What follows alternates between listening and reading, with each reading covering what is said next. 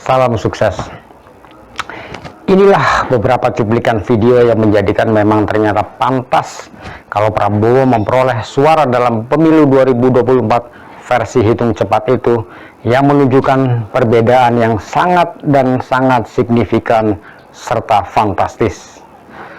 Dan mungkin bisa juga saya sarankan pada para pendukung Anies dan Ganjar untuk tidak usah menonton video ini kalau memang tidak pengen mengubah perspektif dan pemikiran politiknya, karena sudut pandang ini akan mempengaruhi jalan masa depan buat bangsa dan negara. Coba kita cek videonya. Budaya-budaya yang masih belum begitu baik, itu koreksi diri kita sebagai bangsa. Jadi saya banyak belajar, terus terang aja, saya banyak belajar. Aktor ini sangat menentukan. Banyak kepala daerah, bupati, wali kota, atau mungkin menteri, atau presiden, wakil presiden, event itu, dan kemudian ada persoalan, siapa yang mengambil inisiatif untuk menyelesaikan itu? Anda mau katakan bahwa selama ini aktornya yaitu Presiden Jokowi tidak cukup bisa melakukan itu dan akan berbeda kalau aktornya Anda? Saya kira iya. Oh man!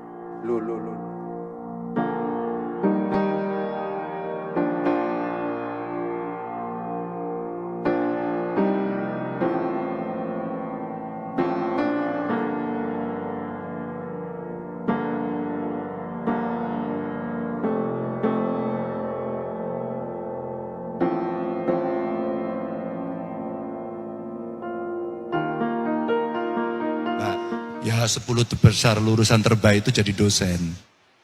Oke. Ya dong, masa jadi MC?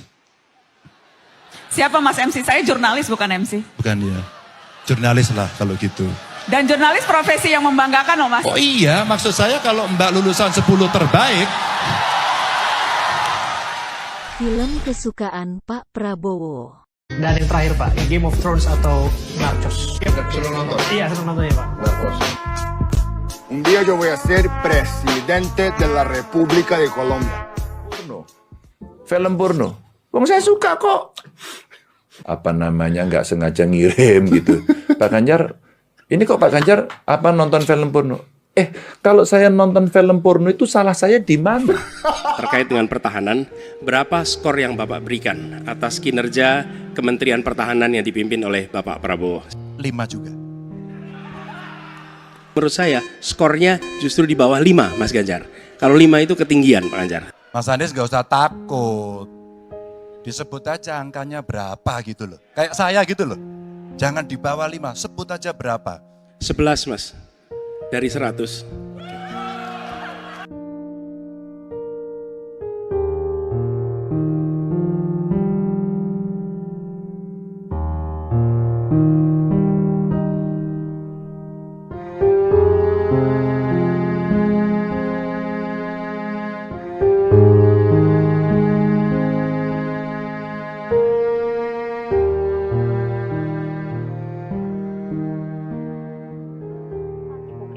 Reaksi menangis warganet di TikTok kian bertambah pasca debat. Mereka menangis saat menonton serangan dari lawannya yakni Ganjar Pranowo dan Anies Baswedan. Salah satu bagian yang banyak meraih respon saat Anies dan Ganjar memberikan skor rendah terhadap kinerja Kementerian Pertahanan. Penilaian Ganjar dan Anies ini ternyata disambut reaksi kecewa oleh warganet yang menganggap sikap itu sebagai hal negatif. Mereka pun tersentuh dengan reaksi Prabowo yang terlihat hanya diam, tersenyum, dan sesekali menggelengkan kepala. Sementara itu, Sekretaris TKN Prabowo Gibran Nusron Wahid mengatakan reaksi warganet sebagai bentuk keberhasilan Prabowo mendapatkan simpati publik. Sebab, kata dia, Prabowo tetap sabar meski diserang capres lain. Terima kasih, saudara teriak. Saya jadi presiden atau tetap jadi presiden, saya tetap akan membela bangsa dan rakyat saya. Negara tidak berdagang dengan rakyat. Negara tidak pelit dengan rakyat, negara tidak berpaling dari yang papa, negara yang penuh cinta kasih kepada semuanya, negara yang hadir dengan perasaan yang halus, yang rahman, yang rohim kepada semua, yang merangkul dengan perasaan cinta. Saya kira 3 paslon semuanya ingin yang terbaik untuk rakyat Indonesia. Karena itu, saya atas nama Prabowo Gibran dan atas nama Koalisi Indonesia Maju minta maaf kepada paslon 1 Pak Anies, Pak Muhaimin, dan paslon 3, Pak Ganjar dan Pak Mahfud, seandainya dalam kampanye ini ada kata-kata kami atau perbuatan kami yang kurang berkenan, kami mohon maaf yang sebesar-besarnya. Saya tetap menganggap Mas Anies, Mas Muhaimin, Pak Ganjar, Profesor Mahfud adalah saudara-saudara saya sendiri. Kita berjuang untuk bangsa Indonesia, kita berjuang karena cinta kita kepada rakyat Indonesia. Bangsa ini sering sekali dikecewakan oleh para pemimpinnya. Kita tidak mau lagi itu terjadi. Mulai dari fasilitas kesehatan yang tidak terpenuhi, mulai dari pendidikan yang tidak inklusi, lapangan kerja yang tidak bisa menjangkau lebih banyak orang, kepada calon yang konsisten, yang visioner, yang mampu mendengarkan rakyat, negarawan, reformis, dan tidak punya persoalan. Ganjar Pranowo sudah berlagak seperti presiden. Ia sibuk belusukan mencari borok dari daerah lain, lalu menelpon pejabat di wilayah tersebut dan memamerkannya ke media sosial. Tidak elok rasanya sesama kepala daerah sibuk mengurusi persoalan dapur orang lain, seolah provinsi yang dipimpinnya sudah bebas dari masalah. Mereka geram karena aksi Ganjar ibarat peribahasa gajah di pupuk mata tak tampak, semut di seberang lautan tampak. Ya harus nurut, harus tegak lurus. Petugas partai itu Pak, untuk yang tidak harus, petugas partai harus nurut. Itulah kira-kira perbandingan seperti apa sebenarnya isi otak yang ada di kepala dari masing-masing capres kita yang akan dipercayakan untuk rakyat, bangsa, dan negara. Ini merupakan gambaran nyata dan fakta yang sebenarnya publik juga sudah bisa menilainya sendiri. Artinya kita semua juga bisa memberikan penilaian atas paparan, visi, misi, dan kejujuran dari pernyataan para capres seperti Anies, Ganjar, dan Prabowo. Bahkan ada artikel dari survei LSI Denny CA yang juga memaparkan soal beberapa blunder yang dilakukan oleh Ganjar Pranowo sehingga perolehan suaranya Ganjar anjlok dan bisa gugur di putaran pertama.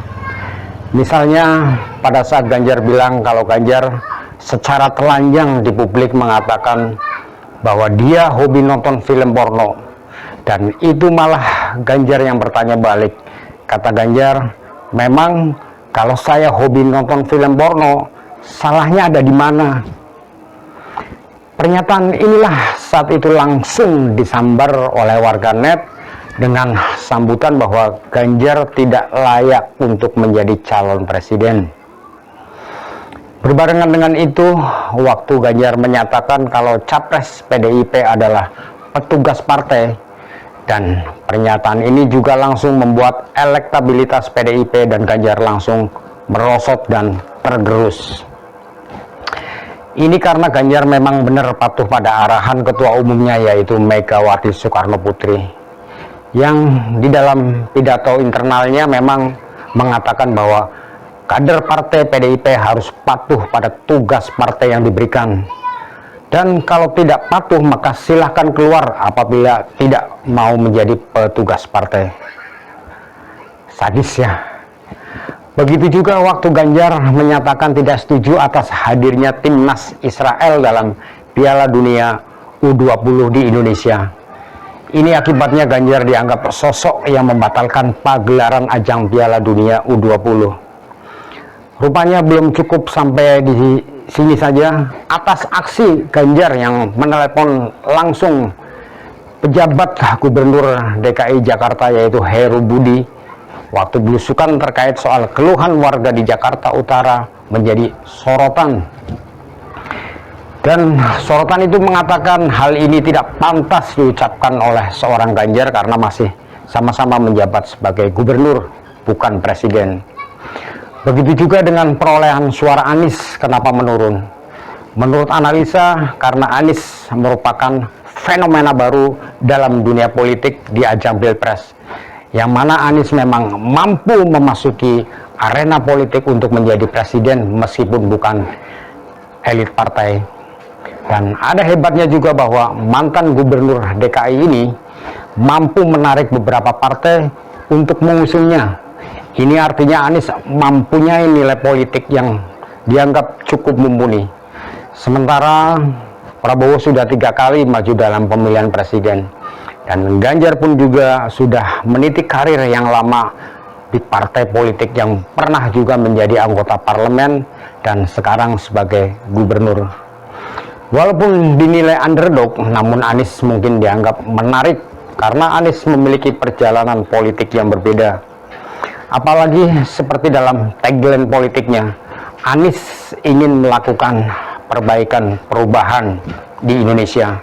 Mungkin itu juga masuk akal jika ada yang memberi harapan pada Anies.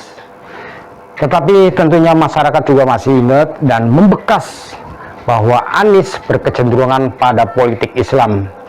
Bahkan masih melekat di Anies hingga mendapat gelar sebagai Bapak Politik Identitas. Nah, demikianlah kira-kira pesan politik yang bisa kita capture dari para capres kita. Terima kasih dan salam sukses.